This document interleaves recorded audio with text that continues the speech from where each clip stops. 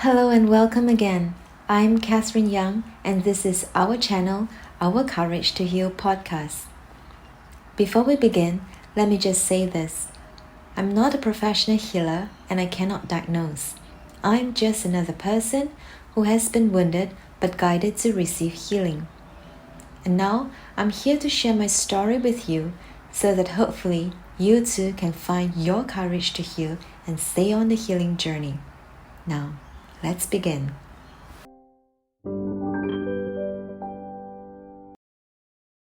Hello and welcome to Book 1.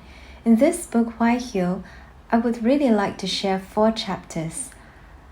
I'll be sharing the awesome changes in life once you start healing. Some of the experience may sound very familiar, like yours, his or her story. Yes, I realize that we all have similar journeys, just different characters and plots. And soon, you will see that these experiences are really a gateway for us to heal our past wounds.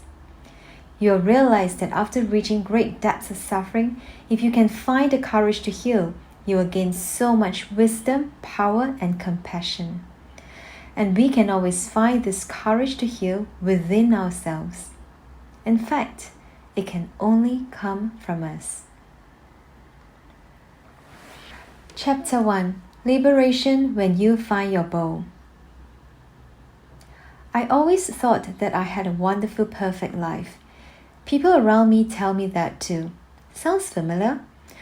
My mom parentified me, so I was a great friend, daughter, sister, and wife.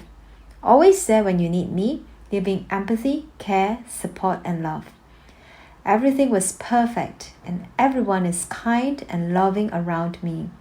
Even strangers greet me with smiles and kindness. How perfect is that? And then, like any good story, it all came crashing down one day. I gave birth, and the next moment, I experienced severe postnatal depression. But you know what? I will save the details of this story another day. These 4 episodes, I want to give hope, like the light at the end of the tunnel kind of hope. So let me leave these intimate details to later episodes. Anyway, I started receiving therapy thinking it's just a chemical imbalance. From where I came from, I did feel embarrassed about having depression and did all I can to hide from everyone else and continue to function a tip-top condition on the surface. I was humorous, still very capable, and a loving, do-it-all mother and wife. Oh, I should also add that I'm a migrant, so when family and friends visit, I was always the super host. Then more things happen, businesses, miscarriages, that sort of big, heart-wrenching episodes that make you sick and crippled to your will to exist. But not so bad. I decided to launch other businesses to distract myself. Finally, another miscarriage, the last one. This time, I gave birth to the fetus at home and my son and husband got to bury it. Somehow, I couldn't find the strength to lift myself up, both emotionally and physically anymore. I tried distraction, but it didn't seem to work. At that point, I had family visiting. So I did my best to hold it in and kept smiling and managed to show that I was fine and enjoying life. But I was crumbling down slowly and quite fully inside, which I didn't even realize until I fell sick.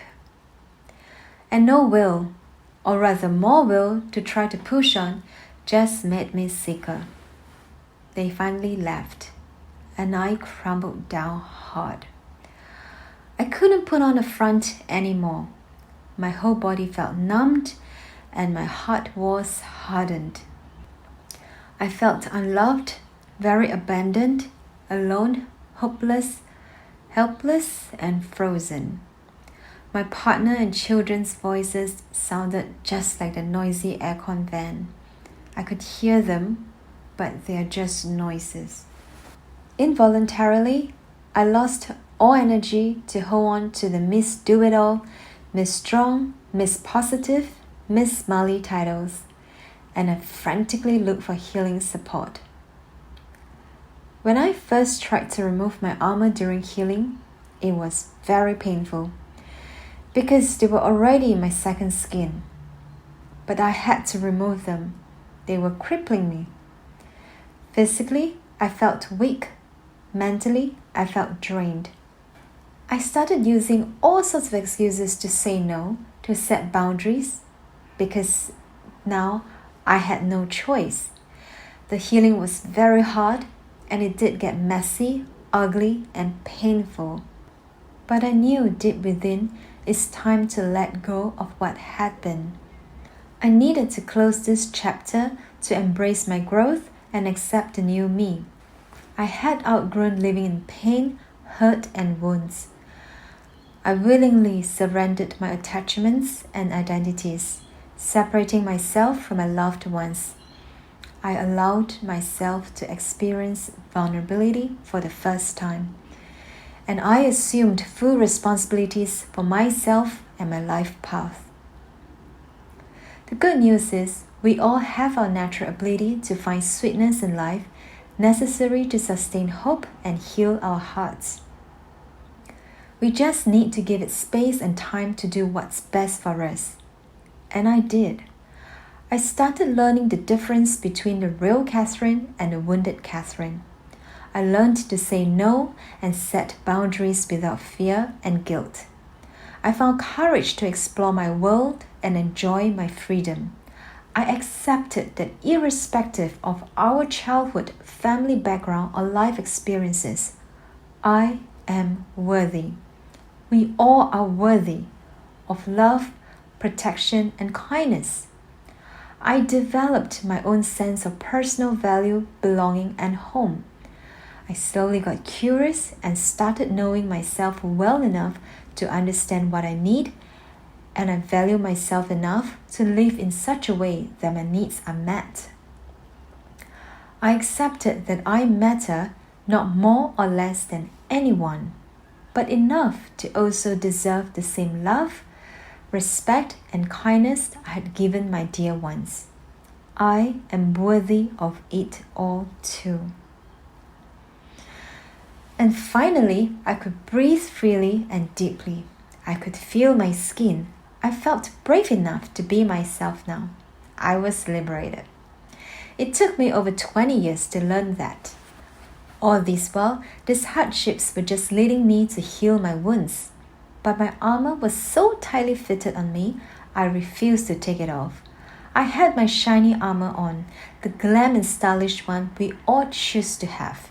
And in fact, we flaunt our shiny armor even harder now, with so much social media showing how unbreakable, flawless, and perfect either woman or moms can be.